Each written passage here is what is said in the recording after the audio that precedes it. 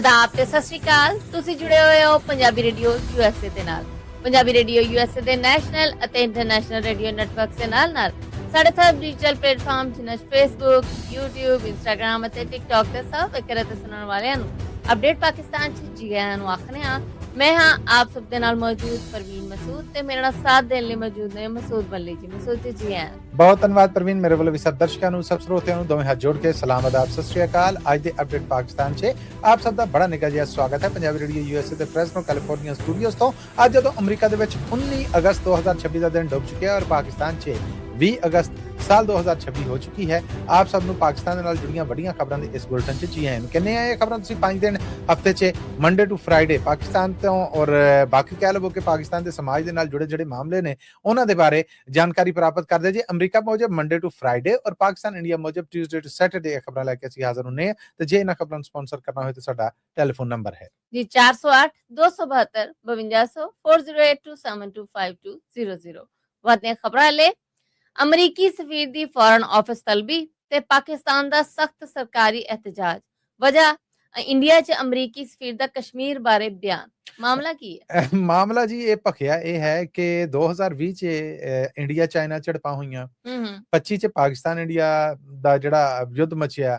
ਉਸ ਤੋਂ ਬਾਅਦ ਇਹ ਪਹਿਲੇ ਕਹਿ ਲਵੋ ਕਿ ਅਮਰੀਕਨ ਐਂਬੈਸਡਰ ਨੇ ਇੰਡੀਆ ਦੇ ਵਿੱਚ ਜਿਨ੍ਹਾਂ ਨੇ ਲਦਾਖ ਔਰ ਭਾਰਤੀ ਕਬਜ਼ੇ 'ਚ ਆਏ ਕਸ਼ਮੀਰ ਦਾ ਜਿਹੜਾ ਉਹ ਫੇਰਾ ਲਾਇਆ। ਇਹ ਦੱਖਣੀ ਏਸ਼ੀਆ ਵਾਸਤੇ ਅਮਰੀਕਾ ਦੇ ਖਾਸ ਸਲਾਹਕਾਰ ਜਾਂ ਏਲਚੀ ਨੇ ਜਿਹੜੇ ਉਹ ਵੀ ਹੈ ਨੇ। ਅੱਛਾ, ਹੋਇਆ ਇਹ ਕਿ ਇਹਨਾਂ ਨੇ ਉਸ ਫੇਰੇ ਦੌਰਾਨ ਜਿਹੜਾ ਉੱਥੇ ਗੱਲਬਾਤ ਜਿਹੜੀ ਉਹ ਕੀਤੀ। ਅਬਦੁੱਲਾ ਫਾਰੂਕ ਹੋਣੇ ਨੇ ਜਿਹੜੇ ਉਹਨਾਂ ਨਾਲ ਵੀ ਮੁਲਾਕਾਤ ਕੀਤੀ। ਮੀਡੀਆ ਦੇ ਨਾਲ ਗੱਲਬਾਤ ਕਰਦੇ ਉਹਨਾਂ ਨੇ ਆਖਿਆ ਕਿ ਜੀ ਮੈਂ ਅੱਜ ਕਸ਼ਮੀਰ 'ਚ ਹਾਂ। ਕਸ਼ਮੀਰ ਇੰਡੀਆ ਦਾ ਇੱਕ ਬੜਾ ਖਾਸ ਹਿੱਸਾ ਹੈ।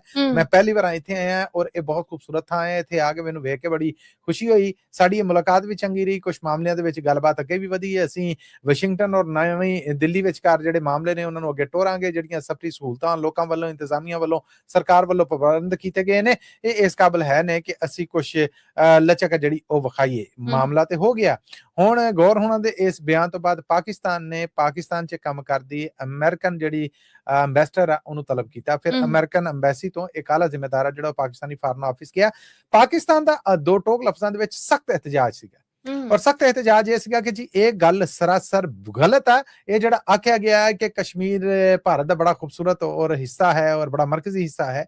ਕੀ ਮਤਲਬ ਹੈ ਇਸ ਗੱਲ ਦਾ? ਇਹ ਮਾਮਲਾ ਤਾਂ UNO 'ਚ ਹੈ, ਲੈ ਕੇ ਵੀ ਇੰਡੀਆ ਗਿਆ ਔਰ UNO ਨੇ ਕਿਹਾ ਕਿ ਇਸ ਖਿੱਤੇ ਨੇ ਪਾਕਿਸਤਾਨ ਨਾਲ ਰਹਿਣਾ ਹੈ ਕਿ ਭਾਰਤ ਦੇ ਨਾਲ ਰਹਿਣਾ, ਇਹਦਾ ਫੈਸਲਾ ਇੱਥੋਂ ਦੇ ਵਾਸੀ ਕਰਨਗੇ, ਕਸ਼ਮੀਰੀ ਕਰਨਗੇ। ਅੱਜ ਤੱਕ ਭਾਰਤ ਆ ਜਿਹੜਾ ਉਹ ਉਹਨਾਂ ਨੂੰ ਇਹ ਹੱਕ ਹੀ ਨਹੀਂ ਦੇਣ ਡਿਆ ਕਿ ਉਹ ਇਹ ਫੈਸਲਾ ਕਰ ਸਕਣ। ਧੱਕੇ ਦਾ ਕਬਜ਼ਾ ਜਮਾਈ ਬੈਠਾ ਆ। UNO ਇੱਕ ਗੱਲ ਨੂੰ ਮੰਨਣ ਡਈ ਹੈ। UNO ਦੇ ਨਾਲ ਨਾਲ ਅਮਰੀਕਾ ਹੈ ਜਿਹੜਾ ਉਹ ਵੀ ਇਸ ਗੱਲ ਨੂੰ ਮੰਨਦਾ। ਤੁਹਾਡੇ ਐਂਬੈਸਡਰ ਨੇ ਉੱਥੇ ਖਲੋ ਕੇ ਇਹ ਜਿਹੜਾ ਬਿਆਨ ਦਿੱਤਾ ਇਹ ਤੇ ਅਮਰੀਕੀ ਪਾਲਿਸੀ ਦੇ ਖਿਲਾਫ ਆ।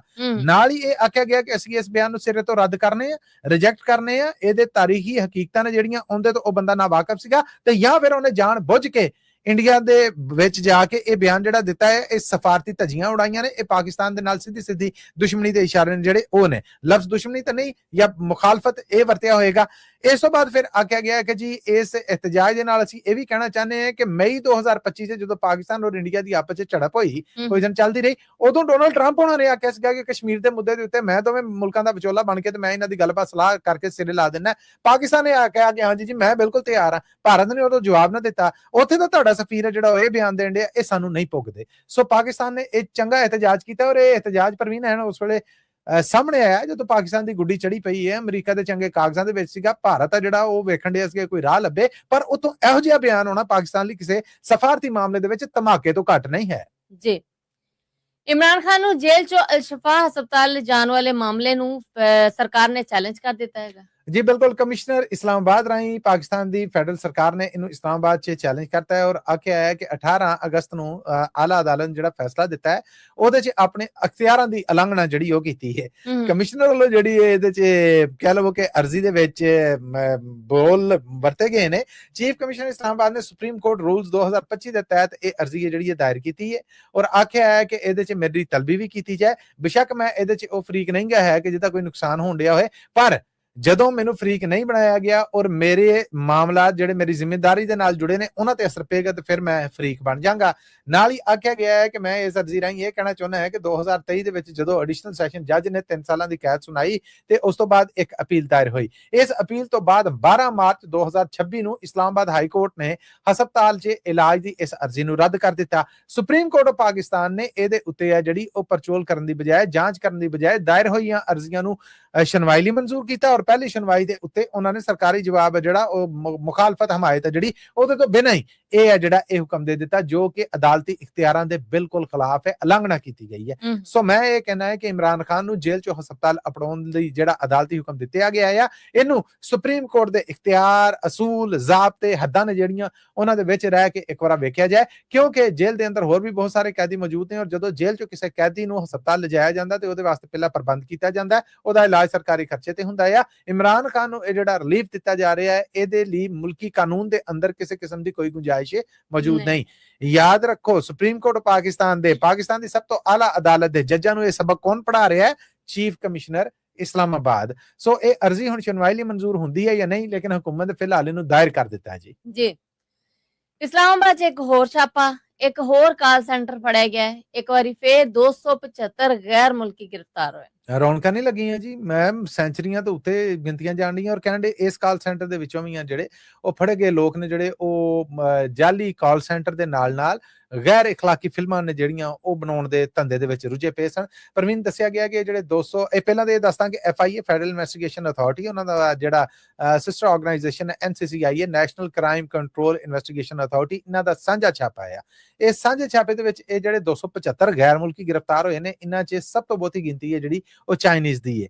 74 ਚਾਈਨੀਜ਼ ਨੇ, ਫਿਰ ਦੂਜਾ ਨੰਬਰ ਇੰਡੋਨੇਸ਼ੀਅਨਸ ਦਾ ਹੈ, 71 ਇੰਡੋਨੇਸ਼ੀਅਨ ਨੇ, ਫਿਰ ਤੀਸਰਾ ਨੰਬਰ ਵੀਅਤਨਾਮੀ ਲੋਕਾਂ ਦਾ ਹੈ ਜਿਹੜੇ 69 ਨੇ, ਉਸ ਤੋਂ ਬਾਅਦ ਚੌਥਾ ਨੰਬਰ ਥਾਈਲੈਂਡ ਦੇ ਲੋਕਾਂ ਦਾ ਹੈ ਜਿਹੜੇ 47 ਨੇ ਔਰ ਮਿਆਂਮਾਰ ਤੋਂ 14 ਨੇ ਜਿਹੜੇ ਇਹ ਉਥੋਂ ਦੇ ਲੋਕ ਨੇ। ਇਹ ਛਾਪਾ ਜਿਹੜਾ ਸੈਕਟਰ I-10-3 ਦੇ ਵਿੱਚ ਪਿਆ ਹੈ ਔਰ ਉੱਥੇ ਇਹਨਾਂ ਨੂੰ ਗ੍ਰਿਫਤਾਰ ਕਰਕੇ ਕੁਛ ਨੇ ਜਿਹੜੇ ਉਹਨਾਂ ਨੂੰ ਤੇ ਜੇਲ੍ਹਾਂ 'ਚ ਪਾ ਦਿੱਤਾ ਗਿਆ ਹੈ, ਯਾਨੀ NCCIA ਔਰ FIA ਦੇ ਜਿਹੜੇ ਲੌਕਅਪ ਨੇ ਉਹਨਾਂ ਦੇ ਵਿੱਚ, ਔਰ ਕੁਛ ਨੂੰ ਇਸੇ ਬਿਲਡਿੰਗ ਜਿੱਥੇ ਛਾਪਾ ਮਾਰਿਆ ਗਿਆ ਸੀ ਗ੍ਰਿਫਤਾਰ ਕੀਤਾ ਗਿਆ ਹੈ ਇਹਨੂੰ ਹੀ ਸਬ ਜੇਲ੍ਹ ਬਣਾ ਕੇ ਇੱਥੇ ਵੀ ਰੱਖ ਦਿੱਤਾ ਗਿਆ। ਇੱਥੇ ਵੀ ਤਲਾਸ਼ੀ ਹੋਈ ਹੈ ਤੇ ਤੋਂ ਸਟੂਡੀਓ ਫੜੇ ਜਾ ਰਹੇ ਨੇ ਔਰ ਪੂਰੇ ਡੈਸਕ ਫੜੇ ਜਾ ਰਹੇ ਨੇ ਜਿੱਥੇ ਬਹਿ ਕੇ ਵਾਰਦਾਤਾਂ ਕਰਨ ਦੇ ਸਨ ਜੀ। Hockey world cup qualifying round, Bharat ਨੇ 3 ਦੇ ਮੁਕਾਬਲੇ 'ਚ 5 ਗੋਲਾਂ ਤੋਂ ਹਰਾ ਕੇ ਪਾਕਿਸਤਾਨ ਨੂੰ ਵਰਲਡ ਕੱਪ ਟੂਰਨਾਮੈਂਟ 'ਚੋਂ ਬਾਹਰ ਕਰ ਜੀ। ਬਿਲਕੁਲ ਵਰਲਡ ਕੱਪ ਕੁਆਲੀਫਾਈਂਗ ਰਾਉਂਡ ਸੀਗਾ, ਯਾਨੀ ਇਹਦੇ ਵਿੱਚ ਉਹ ਟੀਮਾਂ ਖੇਡਣ ਰਹੀਆਂ ਨੇ ਜਿਹੜੀਆਂ ਕਿ ਜਿੱਤਣਗੀਆਂ ਤੇ ਉਹ ਹਾਕੀ ਵਰਲਡ ਕੱਪ ਖੇਡ ਸਕਣਗੀਆਂ। ਪਾਕਿਸਤਾਨ ਔਰ ਭਾਰਤ ਦੀ ਜਿਹੜੀ ਟੀਮ ਹੈ ਇਹ ਕਹਿ ਲਵੋ ਕਿ ਬੜੇ ਚਿਰ ਮਗਰੋਂ ਆਮਣੇ ਸਾਹਮਣੇ ਆਈਆਂ ਸਨ ਕੁਆਲੀਫਾਈਂਗ ਰਾਉਂਡ ਦੇ ਵਿੱਚ। ਸੋ ਸ਼ੁਰੂ ਤੋਂ ਹੀ ਪੱਲਾ ਜਿਹੜਾ ਉਹ ਭਾਰਤੀ ਹਾਕੀ ਟੀਮ ਦਾ ਭਾਰੀ ਰਿਹਾ। 5 ਗੋਲ ਉਹਨਾਂ ਨੇ ਕੀਤੇ। ਜਵਾਬ 'ਚ ਪਾਕਿਸਤਾਨੀ ਹਾਕੀ ਪਲੇਅਰ ਨੇ ਜਿਹੜੇ ਉਹ ਜ਼ਰਾ ਆਪਣਾ ਆਪ ਸੰਭਾਲਦੇ ਹੀ ਨਜ਼ਰ ਆਏ। 3 ਗੋਲ ਕਰ ਸਕੇ ਪਰ 2 ਗੋਲਾਂ ਦੇ ਨਾਲ ਉਹ ਹਾਰ ਕੇ ਹੁਣ ਪਾਕਿਸਤਾਨੀ ਹਾਕੀ ਟੀਮ ਹੈ ਜਿਹੜੀ ਉਹ ਜੀ ਹਾਕੀ ਵਰਲਡ ਕੱਪ ਨਹੀਂ ਖੇਡ ਸਕੇਗੀ। ਭਾਰਤ ਨੇ ਵਾਪਸੀ ਵਾਸਤੇ ਬੈਗ ਨੇ ਜਿਹੜੇ ਉਹਨਾਂ ਦੇ ਪੈਕ ਕਰ ਦਿੱਤੇ। ਇਹ ਮੈਚ ਹਾਰਨ ਤੋਂ ਬਾਅਦ ਉਹਨਾਂ ਦੀਆਂ ਆਸਾਂ ਉਮੀਦਾਂ ਦਾ ਸਫ਼ਰ ਹੈ ਜਿਹੜਾ ਵਰਲਡ ਕੱਪ ਖੇਡਣ ਦਾ ਉਹ ਵੀ ਮੁੱਕ ਚੁੱਕਿਆ ਹੈ ਜੀ। ਮਰੀਮ ਨਵਾਜ਼ ਨੇ 2027 ਦੀ ਬਸੰਤ ਦਾ ਐਲਾਨ ਕਰ ਦਿੱਤਾ ਹੈ ਤੇ ਗੈਰ ਮੁਲਕੀ ਪ੍ਰਾਹੁਣਿਆਂ ਨੂੰ ਸੱਦਾ ਵੀ ਦੇ ਦਿੱਤਾ ਹੈ ਤੇ ਨਾਲ ਇਹ ਆਖਿਆ ਕਿ ਜੇ ਗੈਰ ਮੁਲਕੀ ਪ੍ਰਾਹੁਣੇ ਬਸੰਤ ਮਨਾਉਣ ਆਉਣਗੇ ਮੈਂ ਆਪ ਵੈਲਕਮ ਕਰਾਂਗੀ। ਲੋਕ ਕਈਆਂ ਨੇ ਹੁਣ ਇਸੇ ਚੱਕਰ 'ਚ ਆ ਜਾਣਾ। ਅੱਛਾ ਜੀ, ਖਬਰ ਤੁਸੀਂ ਬਿਲਕੁਲ ਠੀਕ ਦਿੱਤੀ। 2026 'ਚ ਪਾਕਿਸਤਾਨ 'ਚ ਕਹਿ ਲਵੋ ਕਿ ਕੋਈ 30 ਸਾਲਾਂ ਬਾਅਦ ਬਸੰਤ ਤੇ ਲੱਗੀ ਪਾਬੰਦੀ ਚੁੱਕੀ ਗਈ। ਬਸੰਤ ਫੈਸਟੀਵਲ ਹੋਇਆ, ਸ਼ਾਨਦਾਰ ਹੋਇਆ, ਧੂਮ ਧੜਕੇ ਦੇ ਨਾਲ ਹੋਇਆ ਔਰ ਬੱਲੇ ਹੋਇਆ। ਉਸ ਤੋਂ ਬਾਅਦ ਲੋਕਾਂ ਦਾ ਰੁਝਾਨ ਜਿਹੜਾ ਉਹਨੂੰ ਵੇਖਦੇ ਹੋਇਆ ਹੁਣ ਮਰੀਮ ਨਵਾਜ਼ ਹੋਣੇ ਨੇ ਜਿਹੜੀਆਂ ਇਹਨਾਂ ਨੇ X ਦੇ ਉੱਤੇ ਆਪਣਾ ਇੱਕ ਸੁਨੇਹਾ ਜਿਹੜਾ ਉਹਦੇ ਛੱਡਿਆ ਆ ਔਰ ਆਖਿਆ ਕਿ ਪਿਛਲੇ ਸਾਲ ਬਸੰਤ ਦੇ ਰੰਗ ਰੌਣਕਾਂ ਨੂੰ ਵੇਖਣ ਤੋਂ ਬਾਅਦ ਅਸੀਂ ਇੱਕ ਵਾਰ ਫੇਰ ਸਾਲ 2027 ਦੇ ਵਿੱਚ ਸਰਕਾਰੀ ਪੱਧਰ ਦੇ ਉੱਤੇ ਬਸੰਤ ਦਾ ਐਲਾਨ ਕਰਨੇ ਆ। ਇਹਦੇ 'ਚ ਪ੍ਰਵੀਨ 12, 13 ਔਰ 14 ਮਾਰਚ ਇਹ ਅਨਾਉਂਸ ਕੀਤਾ ਗਿਆ। 12, 13, 14 ਮਾਰਚ ਨੂੰ ਲਾਹੌਰ ਦੇ ਵਿੱਚ ਇੱਕ ਵਾਰ ਫਿਰ 12, 13, 14 ਮਾਰਚ 2027 ਨੂੰ ਲਾਹੌਰ ਦੇ ਵਿੱਚ ਬਸੰਤ ਹੋਏਗੀ ਔਰ ਨਾਲ ਹੀ ਉਹਨਾਂ ਨੇ ਆਖਿਆ ਕਿ ਰੰਗਾਂ ਦੇ, ਰੌਣਕਾਂ ਦੇ, ਪਕਵਾਨਾਂ ਦੇ, ਅਸਮਾਨਾਂ ਤੇ ਖਿਲ ਰਹੇ ਗੁੱਡੀਆਂ ਦੇ ਰੰਗਾਂ ਦੇ ਇਸ ਰੋਲੇ ਰੱਪੇ, ਇਸ ਰੌਣਕ ਦੇ ਵਿੱਚ ਗੈਰ ਮੁਲਕਾਂ ਦੇ ਵਾਸਤੇ ਜਿਹੜੇ ਲੋਕ ਨੇ ਮੈਂ ਉਹਨਾਂ ਨੂੰ ਵੀ ਜੀ ਆਇਆਂ ਨੂੰ ਕਹਿੰਨੀ ਹੈ, ਇਨਵਾਈਟ ਕਰਨੀ ਹੈ ਔਰ ਜੇ ਉਹ ਲੋਕ ਆਉਣਗੇ ਤੇ ਮੈਂ ਉਹਨਾਂ ਦਾ ਆਪ ਸਵਾਗਤ ਕਰਾਂਗੀ। ਅਸੀਂ ਚਾਹੁੰਦੇ ਹਾਂ ਕਿ ਉਹ ਸਾਡੀ ਗਵਰਨਮੈਂਟ ਦੇ ਨਾਲ ਕੋਆਰਡੀਨੇਸ਼ਨ ਕਰਕੇ ਇਸ ਇਵੈਂਟ ਦੇ ਵਿੱਚ ਆਉਣ। ਅਸੀਂ ਉਹਨਾਂ ਨੂੰ ਸਪੈਸ਼ਲ ਪ੍ਰੋਟੋਕਾਲ ਵੀ ਦਾਂਗੇ। ਇਹ ਸਰਕਾਰੀ ਪੱਧਰ ਦੇ ਉੱਤੇ ਇਹਦਾ ਐਲਾਨ ਕੀਤਾ ਗਿਆ। ਨਾਲ ਹੀ ਆਖਿਆ ਗਿਆ ਹੈ ਕਿ ਪਿਛਲੀ ਵਾਰ ਜਿਹੜੇ ਇੰਤਜ਼ਾਮ ਕੀਤੇ ਸੀਗੇ ਐਰਕੀ ਉਹਨਾਂ 'ਚ ਹੋਰ ਸੁਧਾਰ ਕੀਤਾ ਹੈ, ਉਹਨਾਂ ਨੂੰ ਪਹਿਲੇ ਤੋਂ ਵੀ ਚੰਗਾ ਬਿਹਤਰ ਕੀਤਾ ਹੈ ਔਰ ਅਸੀਂ ਹੁਣ ਕੋਸ਼ਿਸ਼ ਕਰਾਂਗੇ ਕਿ ਇਸ ਫੈਸਟੀਵਲ ਦੇ ਰੰਗ ਨੇ ਜਿਹੜੇ ਉਹ ਮੱਠੇ ਨਾ ਪੈਣ।